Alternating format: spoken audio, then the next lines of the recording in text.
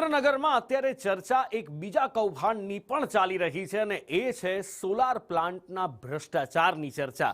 ધ્રાંગધ્રામાં મોટી માલવણ ગામે 850 કરોડનો પ્લાન્ટ બન્યો છે અને ઓછી કોસ્ટ બતાવી સરકારને ચૂકવણીમાં ભ્રષ્ટાચાર કર્યાનો આરોપ છે. ઓછી પ્રોજેક્ટ કોસ્ટ બતાવી 7 કરોડ 90 લાખ ઓછા ભર્યા હોવાનો આરોપ છે. ગુડગર નજીક આ પ્લાન્ટને કલેક્ટરે મંજૂરી આપી હતી ત્યારે ખેડૂત અશ્વિની પટેલ દ્વારા આ કરોડોના ભ્રષ્ટાચારની રજૂઆત કરવામાં આવી છે. કલેક્ટરના અધિકારીઓ ભ્રષ્ટાચાર કરતા હોવાની ફરિયાદ છે.